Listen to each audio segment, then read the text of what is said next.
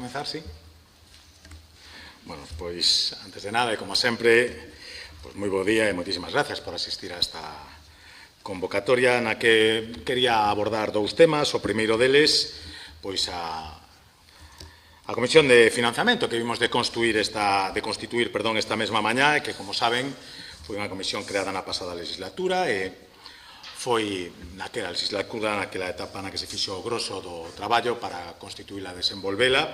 Completouse unha primeira fase de comparecencia, compareceuse, non recordo mal, o Conselleiro de Facenda e ata 9 expertos na materia e tamén se recibiron pois a totalidade dos 21 informes previstos e contidos no seu plan de traballo.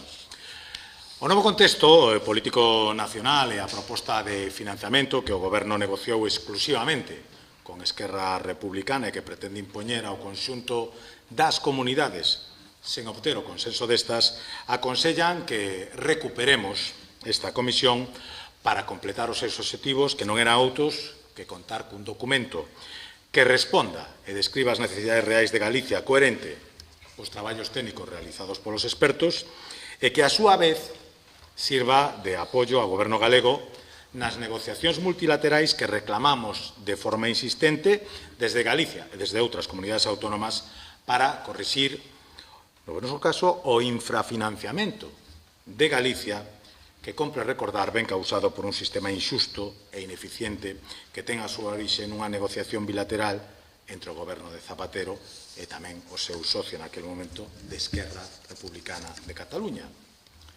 Desgraciadamente, o consenso que se intuía ao longo da pasada legislatura agora semella roto, debido ao cambio de postura tanto do Bloque Nacionalista Galego como do Partido Socialista de Galicia. Os primeiros apostando por un concerto galego que foi desaconsellado pola inmensa maioría dos técnicos comparecentes por consideralo enormemente prexudicial para os intereses de Galicia.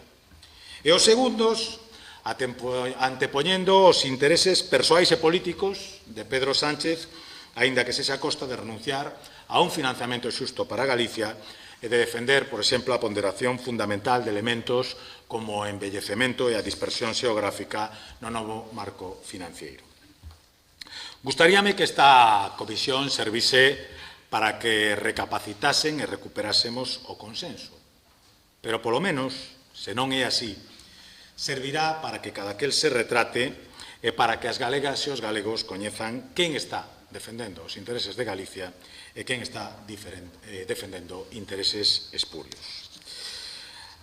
Esta mañá nomeamos a presidencia e a vicepresidencia desa comisión e a secretaría que lle corresponden ao Grupo Popular e a secretaría que corresponde ao Bloque Nacionalista Galego. Pola nosa parte, propuxemos e eleximos como presidente a Julio García Comesaña e como vicepresidenta da comisión a Paula Prado del Río. E a partir de aí, pois, continuaremos avanzando coa aprobación, pois, primeiro das normas de funcionamento e do plan do traballo para completar os traballos desta comisión. O segundo dos temas que me gustaría abordar hoxe aquí é o que abordaremos precisamente unha vez se remate esta rolda de prensa, que é o debate na comisión da proposta formulada polo Bloque Nacionalista Galego para ocupar as funcións da Xunto ao cargo de Valedor do Pobo. Como saben, fai algunhas semanas que iniciamos os trámites para renovar a institución da Valedoría do Pobo. Alcanzábamos por aquel entón un acordo enormemente claro que consistía en que Partido Popular de Galicia e Bloque Nacionalista Galego propuxéramos nomes para ostentar o cargo de valedor e da Xunto a valeduría. O compromiso para apoiar ambos os dous nomeamentos tamén era claro. Propoñer perfis marcadamente institucionais e independentes. O Partido Popular de Galicia propuxo o nome de Dolores Fernández Galiño, que xa ocupaba o cargo de valedora e que ten unha acreditada e dilatada experiencia como magistrada independente. O BNG, pola contra, non fixo ningunha proposta, alegando que precisaba máis tempo.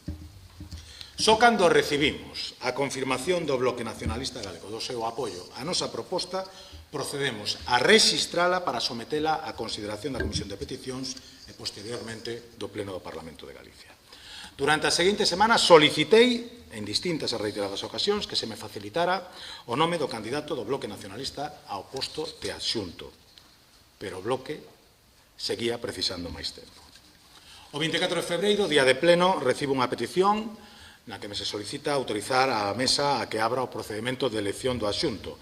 Acepto esa proposta co compromiso da viceportavoz do Belén de que ao longo dese día me proporcionará o nome do candidato, e así o fixo. En ese mesmo momento pedinlle un tempo para poder avaliar a proposta e consensuala antes de continuar co procedimento. Días despois, coñecemos o rexistro do nome do candidato, se entera a conformidade deste grupo, e aludindo a un erro, BNG aceptou retiralo, pero ao día seguinte deste erro, o nome do candidato aparecía en medios de comunicación. E unha vez máis eu insistí na necesidade de avaliar a proposta e de que esa non contaba coa conformidade do Partido Popular de Galicia. A pesar disto, de novo días despois, volveuse a registrar o mesmo candidato. Non é certo que en algún momento houbera acordo para designar o asunto valedor. Non é certo que este grupo teña rachado ningún consenso, porque non se pode rachar o que nunca existiu. Lamento que por primeira vez en 40 anos de Parlamento de Galicia se rexistre o nome dun candidato para un órgano estatutario de maneira unilateral e sen ter garantido o apoio da Cámara para a súa aprobación. Lamento que por primeira vez en 40 anos de Parlamento de Galicia un candidato vaya a ser rexeitado por falta de previo consenso. E lamento que a estrategia de confrontación do BNG antepoña os intereses partidistas ao respecto ás institucións. O BNG quere chamar consenso ao que non é máis que un intento burdo de imposición dun candidato que, a noso entender, non cumpre cos mínimos requisitos para exercer as funcións para as que foi proposto. Fernando de Abel Vilela ten un currículo moito máis amplio que o que foi presentado neste Parlamento. Un currículo de activismo ligado íntimamente a asociacións satélites do nacionalismo galego e as estrategias políticas e electorais do propio BNG. Un currículo, en definitiva, incompatible coas exigencias de imparcialidade, de transparencia e de objetividade imprescindibles todas elas para preservar a institución da valedoría do povo. O candidato do BNG vai ser rexeitado hoxe. E o simple feito de que se preste a ser o primeiro candidato sen consenso da historia do parlamentarismo galego amosa que a súa prioridade é poñerse a servicio dos intereses do independentismo, aínda que sexa a costa do seu propio desprestixio profesional. Nun momento no que no conxunto de España estamos a denunciar a colonización das institucións que son de todos, o Partido Popular de Galicia tomou a decisión de fortalecer as nosas institucións, designando perfis absolutamente imparciais para reforzar a independencia de todas e cada unha delas. Este partido non vai colonizar as institucións de todo, pero tampouco vai permitir que estas sexan colonizadas por activistas afíns a forzas minoritarias. Cando remate esta primeira tentativa, nos seguiremos coa man tendida para retomar o proceso de completa renovación da valedoría nos mesmos termos nos que o iniciamos. Un acordo baseado na elección de persoas de marcado carácter institucional, de probada objetividade e de absoluta imparcialidade. Pola miña banda non teño moito máis que engadir, quedo a vosa disposición por si necesitades algún tipo de aclaración sobre este tema ou sobre calquera outra cuestión que consideredes de interés. Eu sobre a guerra de Irán quería facerlle dúas preguntas. A primeira, se comparte a posición de Alfonso Rueda de que a opinión de Isabel Díaz Ayuso sobre este conflicto non representa o PPDG e, por outra banda, se cree necesario que a Xunta debería activar medidas para paliar os efectos de encarecemento de prezos que o conflicto está producindo. Gracias. Como deixei claro o primeiro día que me presentei nesta rolda de prensa, comparto, por suposto, calquera opinión do meu presidente. Non podía ser de outro xeito, dado que son o voceiro do grupo que el mismo preside. E a partir de aí non teña vostede ningunha dúbida de que a Xunta vai estar sempre do lado das necesidades dos galegos. Agora ben, creo que hai un paquete de medidas proposto a nivel nacional precisamente para paliar as consecuencias que está tendo o conflicto armado en Oriente Medio e, polo tanto, creo que lle corresponde en primeira instancia ao Goberno de España tomar esas medidas. Se non recordo mal, o presidente Rueda, creo que onte mesmo, pedía, ademais, que xa que o Goberno iniciara certos movementos para consensuar esas medidas con algúns colectivos, non estaría de máis que convocara tamén os representantes institucionais das comunidades autónomas para poder consensuar medidas e para atender as demandas que se podan formular desde as autonomías, que son, ao final, que ten un coñecemento máis directo de cales son as necesidades que se están plantexando nos seus distintos territorios.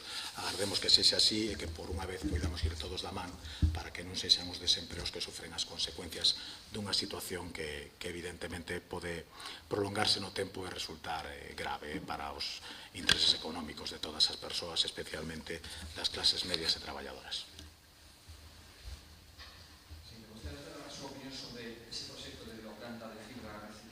Que acabas de decir ahora,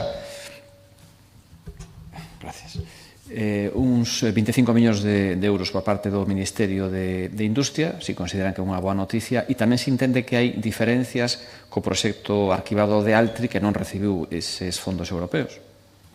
Bueno, en primeiro lugar, nós vamos a considerar sempre unha boa noticia que se apoie calquera proxecto industrial que se quere instalar en Galicia e que cumpla cos requisitos ambientais, legais e de todo tipo. Este e calquera outro. Vostede me pregunta pola segunda pasteira boa para o BNG. A primeira non rematou demasiado ben, todavía cun cambio de opinión que todavía non foi explicado por ninguén, salvo coa mentira de que descoñecían cal era o proxecto que levaban meses apoiando, e eu espero, agardo, que non muden de opinión respecto desta, que tamén parece que lle gusta. Agardo que ahora non xurdan novos inconvenientes que impidan tamén ou que dificulten a súa instalación en Galicia. Eu volvo a repetir, calquera empresa que queira crear riqueza en Galicia, que cumpla cos requisitos ambientais, que cumpla coa tramitación legal, que vaya a crear postos de traballo e que sexa beneficio para o desenvolvemento futuro da nosa comunidade, vai estar sempre, vai atoparse sempre a un goberno cos brazos abertos. Esta e calquera outra iniciativa empresarial. A nós nos parece que calquera avaliación que se faga por parte dos técnicos da Xunta vai garantir que se cumpren os procedementos e que se cumpren os requisitos para a instalación desas empresas. Esta, se o fai, será benvida, exactamente que outra, cando cumpriu os requisitos, tamén era benvida. O que lamento son os cambios de opinión de outros. O Partido Popular, o Grupo Parlamentario Popular e o Goberno que sostén este grupo van a estar sempre na mesma opinión, en intentar facilitar a implantación dos proxectos positivos para a economía galega.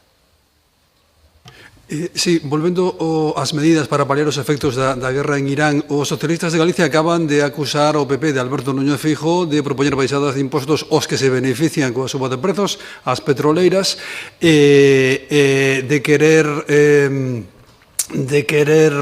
paliar os efectos dunha guerra que apoia, e, por outro lado, simultaneamente, o Bloque Nacionalista Galego declaranse partidarios, van propoñerlle ao Goberno que se topen os prezos dos alimentos, dos combustibles e mesmo das hipotecas. Que lle parece? Pois dous grandes clásicos que non amosaron unha gran eficacia no pasado. Eu volvo a repetir, o Goberno de España, evidentemente, pola consecuencia da suba de precios, da enerxía e de outros produtos, ao final o que acaba tendo é unha sobre-recadación. Nós o que levamos propoñendo, dende que se iniciaron as crisis inflacionistas, é simplemente o Goberno que teña un pouco de sentido común. É dicir, entendendo, polo tanto, que está recaudando vostede pola suba dos precios e, polo tanto, está recaudando por un presuicio que se lle está causando aos cidadáns, intente vostede compensalo reducindo e deflactando esa recadación. Parece unha proposta pouco revolucionaria e bastante sensata. O outro, pois, é o que prefire o Goberno Socialista, que manter íntegramente esa sobrerecadación para despois poder trasladala en forma de dádivas e de favores electorais. Nós non compartimos esa maneira de facer as cousas. Nos entendemos que as economías familiares o que precisan é unha maior holgura para poder distribuir os seus propios ingresos e non que lle diga a ninguén a que ten que dedicalos prioritariamente nun momento en que ninguén, mellor que esas familias, coñecen as necesidades que hai nos seus fogares. Por lo tanto, é o que lle vamos a pedir. Simplemente un pouco de sentido común. Tamén lle digo cunha esperanza moi limitada ao respecto. Algúna outra cuestión? Non? Pois moitísimas gracias.